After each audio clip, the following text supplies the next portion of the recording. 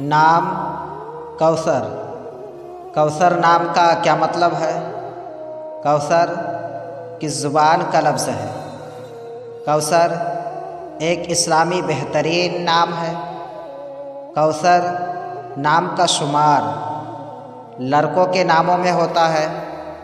कौसर अरबी ज़ुबान का लफ्ज़ है। कौसर नाम का मतलब है बेहश्त की एक नहर, जन्नत का एक नहर, हौज़े बेहश्त।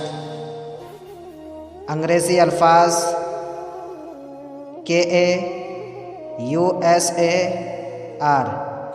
कौसर। नाम कौसर, ज़ुबान अरबी, माना जन्नत का एक नहर। अदद नंबर 6। अशआर लोगों से याद करने का शिकवा मत करो, क्योंकि जो इंसान अपने रब को भूल सकता है वह सबको भूल सकता है।